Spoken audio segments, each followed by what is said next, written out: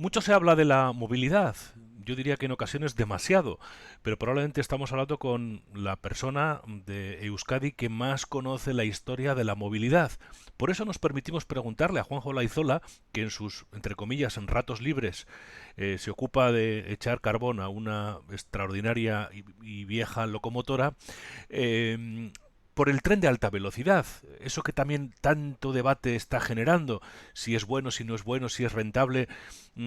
Hace 100 años parece que se plantearon muchas menos cosas de las que se plantean ahora para traer el tren de alta velocidad, en concreto a Euskadi. ¿Qué opinas, Juanjo? Bueno, hace 150 años también hubo su polémica a raíz de la construcción del ferrocarril del norte, si tenía que pasar por aquí, si iba a pasar por allá, si iba a sacar los manantiales. Algunos de los argumentos que se han utilizado ahora en contra de la alta velocidad, resulta que hace 150 años también se llegaron a utilizar. Y bueno, ahí tenemos una infraestructura que 150 años después realmente se nos ha quedado anticuada para la larga distancia. Y de hecho, hay mucha gente que hoy en día, hay otros que no, pero hay mucha gente que hoy en día, para plantearse un viaje de Guipúzcoa a Madrid o a Barcelona, es que ni se plantea el utilizar el tren. Y eso es muy triste, pero claro, es que el servicio que tenemos, y pese a que ha mejorado algo con la línea de alta velocidad ahora que llega hasta Burgos, si vamos a Madrid, o que llega hasta Zaragoza si vamos a Barcelona, algo ha mejorado, pero sigue siendo unos tiempos de viaje muy poco competitivos. Y hay gente que coge el coche.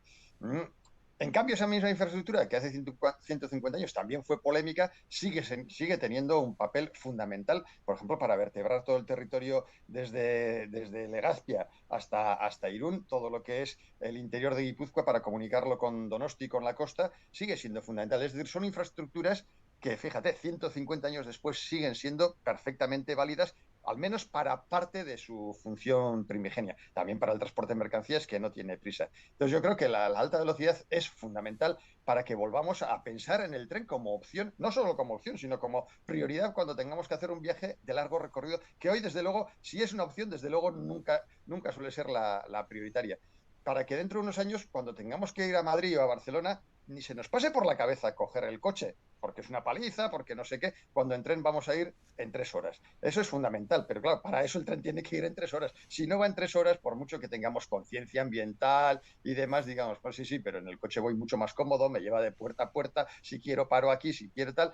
Y es que en cambio el tren se me hace a veces un poco eterno el viaje. Tenemos que conseguir que el tren sea la alternativa prioritaria, que sea casi impensable utilizar otro medio de transporte si de verdad queremos una movilidad sostenible. Por eso digo que tenemos que ser complementarios. A lo mejor tenemos que utilizar luego el coche para ir de Madrid, que hemos llegado a Madrid, a no sé qué pueblo de las proximidades y alquilamos el coche en la estación o un coche compartido, estos inventos que hay ahora. Pero tenemos que conseguir que la movilidad principal se pueda desarrollar por ferrocarril, pero que además que no sea un sacrificio, porque entre conciencia y comodidad, al final va a pesar más la comodidad, porque somos los humanos, somos así, que la conciencia. Lo que tenemos que conseguir es que conciencia y comodidad sean exactamente lo mismo, que sea igual de cómodo y de ecológico ir a Madrid, es decir, que sea cómodo y ecológico ir en tren. Y no, vale, será ecológico, pero no es muy cómodo como es, por desgracia, en la actualidad.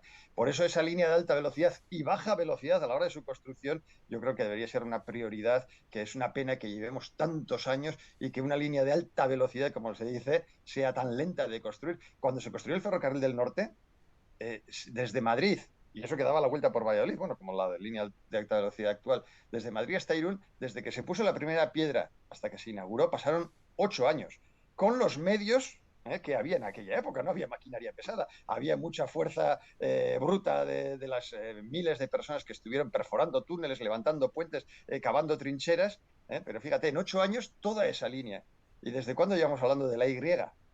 Y creo que con los recursos de hoy en día, aunque evidentemente es una obra más complicada, tiene muchísimos más túneles y muchísimos más puentes, pero hay que tener en cuenta que cuando se construyó la línea del norte, por ejemplo, en Guipúzcoa no se sabía lo que era un túnel, salvo el famoso túnel de San Adrián, que no es obra de los hombres, sino obra de la naturaleza. Es decir, los primeros túneles que se excavan en Guipúzcoa se hacen cuando se construye el ferrocarril del norte. No son tantos como los de la Y, pero un 10% del trazado es en túnel, un 10% del trazado del ferrocarril del norte, con túneles de hasta 3 kilómetros, como era el túnel Aundi. Aquello fue, con los recursos y los medios técnicos y los conocimientos de la época, fue algo mucho más prodigioso que lo que puede suponer hoy en día construir un túnel para la línea de alta velocidad.